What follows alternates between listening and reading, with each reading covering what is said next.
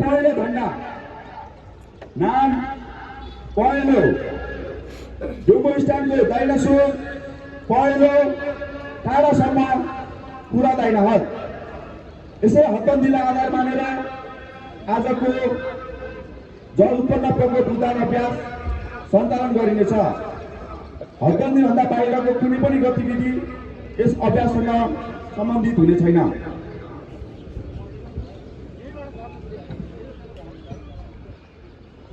आजको यस डेमोन्स्ट्रेसनमा श्री रणसिंह वनबाट 25, श्री 14 नम्बर बाहिनीबाट 9, श्री रणसिंह गुल्माबाट 10, श्री भैरव बहान गुल्माबाट 3, श्री त्रिनेत्र दल वनबाट 9 हुन गइरहेको छ।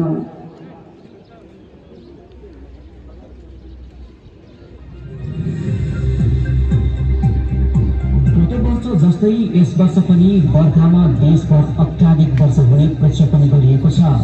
31 जेठ अघि नै मनसुन भित्रिन सक्ने सम्भावना रहेको र सुरुवातीमै सक्रिय हुने सङ्केत देखिएकाले बाढी पहिरो तथा मौसमजन्य तथा अन्य विपदको जोखिम उच्च हुन सक्ने अनुमान गरिएको छ। Search and rescue teams in Nepal's capital are clicking through wrecked homes after waters have receded from monsoon floods have killed at least 236 people.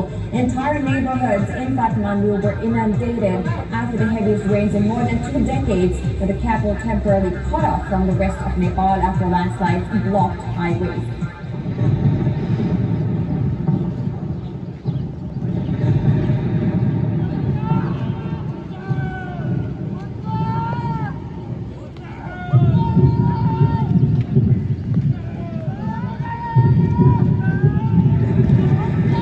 अविरल वर्षाका कारण पानीको सतहहरू बढ्न थालेको छ। 3 दिनको लगातार वर्षाले दाहा पर्न गई भक्तपुर नगरपालिका वडा नम्बर 1 स्थित भाजापुखु क्षेत्रमा घरहरू डुबाउन परेका छन्।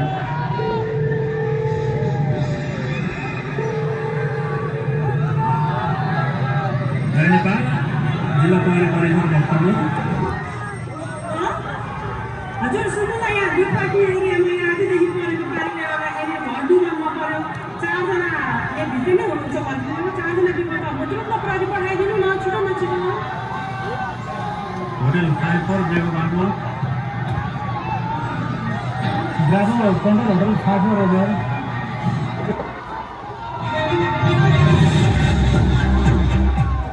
डुबानमा परेका घरका मानिसहरू जीवन रक्षाका लागि गुहारिरहेको दृश्य हामी देख्न सक्दछौँ र यसै साथ हामी देख्न सक्छौँ आपतकालीन समयमा स्थानीयहरू उपलब्ध इम्प्रोभाइज वस्तुहरूद्वारा गर्न सकिने प्रयासहरू गरिरहनु भएको छ।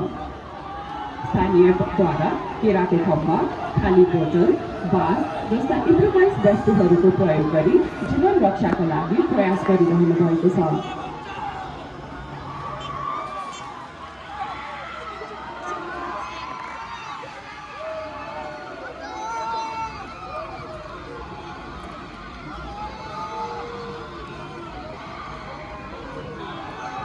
जलस्रोतको धनी देश नेपालमा आज पनि वर्षायाममा विभिन्न जल उत्पन्न प्रकोपहरू हुने गर्दछन्। जल उत्पन्न प्रकोप जस्तै बाढी तथा डुबानमा पर्दा समयमै उद्धार हुन नसकेको अवस्थामा धेरै मानिसहरूले ज्यान गुमाउने गर्दछन्। डुबानको खबर प्राप्त गर्न साथ आफ्नो चेन अफ कमान्ड अनुसार रिपोर्ट गरे श्री रणशेर गणको क्युआरटी फौज लगत्तै सुरक्षा फौजको इमर्जेन्सी रेस्पोन्स टोली घटनास्थलतर्फ प्रस्थान गर्दैछन्।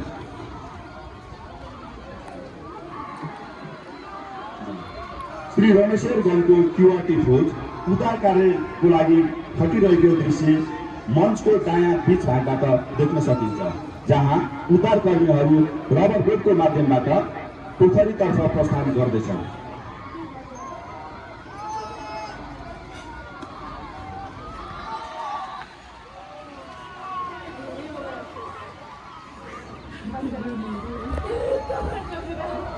मञ्चको दायाँतर्फ हामी देख्न सक्छौँ श्री रणशेर गणका उद्धारकर्मीहरू रेस्क्यु बोट मार्फत घटनास्थलतर्फ मुभ हुने तयारी गरिरहेका छन्।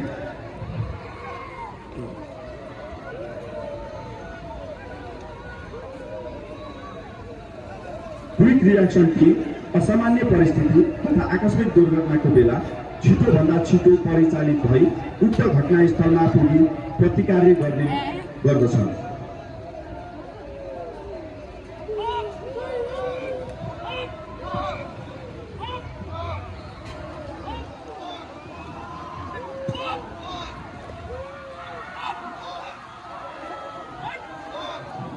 कुनै पनि विपदको बेला स्थानीय बासिन्दा नै फर्स्ट रेस्पोन्डर हुने भएकाले यस तालिममा हामी स्थानीयवासीलाई पनि सहभागिता गराउन प्रयास गरेका छौँ।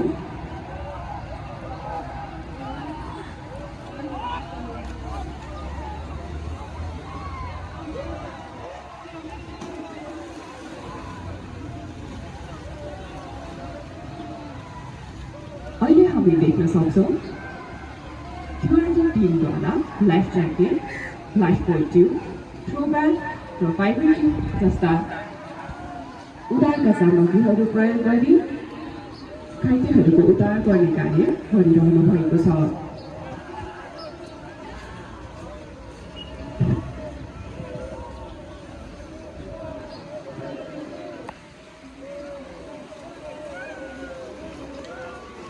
अहिले तीनवटै सुरक्षा निकायका उद्धारकर्मीहरू आफूसँग भएका उद्धारका सामग्रीहरू तयार पारी घटनास्थलतर्फ अगाडि बढ्नको लागि तयारी भइरहेका छन् भने घटनास्थलमा नेपाल रेड क्रस सोसाइटीका मेडिकल टिम समेत आइपुग्न लागेका छन्।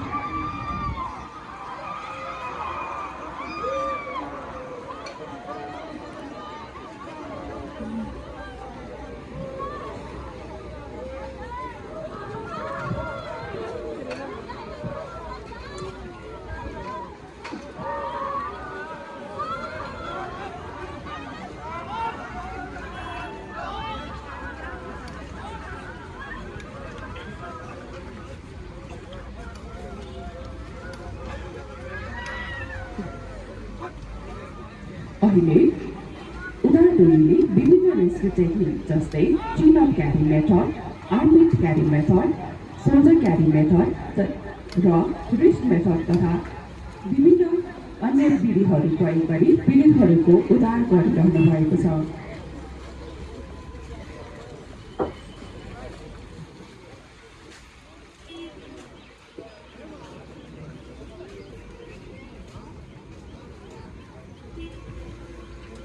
यति बेला मेडिकल टोलीहरू पनि घटनास्थलमा आइपुगेको दृश्य हामी देख्न सक्दछौँ।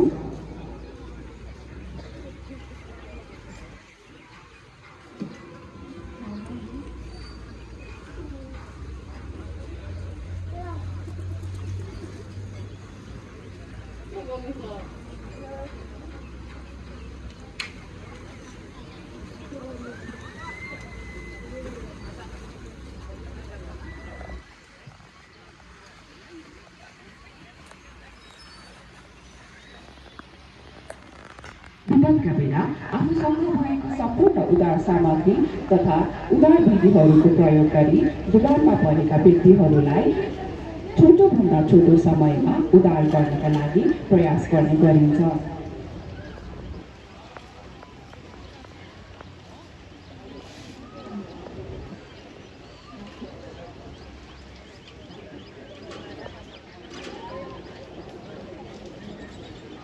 यति बेला उद्धार कार्यमा खटेका उद्धारकर्मीहरूले डुबेका मानिसहरूमध्ये 2 जनालाई प्राथमिक उपचारका लागि पोखरीको किनारमा ल्याइरहेका छन्।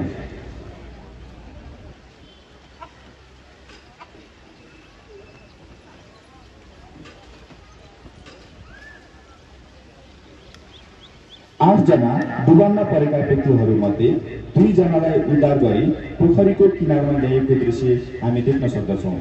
उक्त 2 जना मध्ये 1 जनाको अवस्था सामान्य रहेकोले घाइतेहरूलाई प्राथमिक उपचार दिई थप उपचारका लागि अस्पतालतर्फ लैजाने कार्य हुँदैछ भने 1 जना घाइतेको भिक्टिम असेसमेन्ट पश्चात मेडिकल टोलीले उनीहरूको स्वास्थ्यमा देखिएको समस्या पत्ता लगाउने कार्य भइरहेको छ।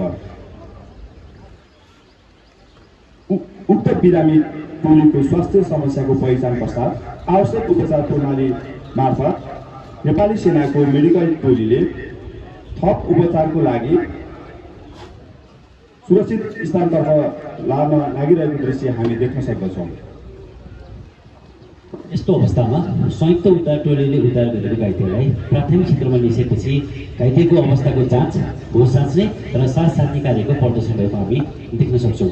यस्तो अवस्थामा बिरामीले सामान्य सास नफेरेको अवस्थामा 30 पटक छातीमा थिच्ने र 2 पटक सास दिने सिपिआर मुक्त तथा फोक्सोपूर्ण सञ्चालनको प्रक्रिया प्रदर्शन भएको हामीले देख्न सक्छौँ। यस्तो अवस्थामा जति सक्दो चाँडो बिरामीलाई 30 पटक छातीमा थिच्ने र 2 पटक मुखमा मुख जोडेर सास दिने कार्य गर्न सक्यो भने बिरामीलाई बचाउने सम्भावना बढिरहेको हुन्छ। यस्तो अवस्थामा सिपिआर गर्ने क्रममा बिरामीले सास फेर्ने प्रयास गरेमा उसले सामान्य सास फेर्नेमा थप उपचारका लागि मेडिकल टिमले नजिकै रहेको अस्पतालमा लैजानको लागि प्रदर्शन भएको देखाउन सकिन्छ।